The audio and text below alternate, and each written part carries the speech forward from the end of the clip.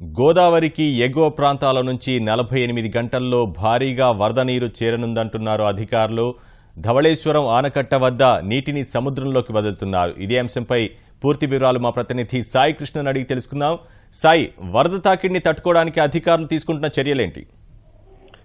వినోద్, గత కొన్ని రోజులుగా కురుస్తున్న వర్షాలకు గోదావరిలో ప్రవాహం నిలకడగా కొనసాగుతోంది. 3 లక్షలు ఆ దిగువన ప్రవాహం ధవళేశ్వరం ఆనకట్ట వద్ద నుంచి సముద్రంలోకి విడుదల చేస్తున్నారు. ఇవాళ కూడా ధవళేశ్వరం ఆనకట్ట వద్ద 2,40,000 క్యూసెక్ల ప్రవాహం ఉంది. అది వచ్చినట్టు కిందకు సముద్రంలోకి 175 గేట్ల ద్వారా విడుదల చేస్తున్నారు. ఇప్పుడు ప్రస్తుతం తెలంగాణ నదీ పరివాహ ప్రాంతంలో గోదావరి ఎగువ ప్రాంతాల్లో భారీ వర్షాలు కురవటం, అన్ని జలాశయాల్లోకి నీరు రావటం వల్ల ఆ ప్రవాహం అంతా ధవళేశ్వరం ఆనకట్టకు వచ్చే అవకాశం ఉంది. ఈ సమాచారాన్ని ధవళేశ్వరంలోని జలవనరుల శాఖగా అందుకున్నారు. ఆ క్రమంలో మొత్తం 48 గంటల్లో తెలంగాణ ప్రాంతం నుంచి వరద ధవళేశ్వరం ఆనకట్టకు భారీగా వచ్చే అవకాశం ఉన్నందువల్ల ప్రస్తుతం ధవళేశ్వరం ఆనకట్ట వద్ద మొత్తం పూర్తిగా నీటిని దిగువకు విడుదల చేస్తున్నారు. ఇంకా పెంచి కూడా వరదని మొత్తం దిగువ జలాశయంలో 3 టీఎంసీల సామర్థ్యం ఉంది, దాన్ని కూడా తగ్గించి మొత్తం సముద్రంలోకి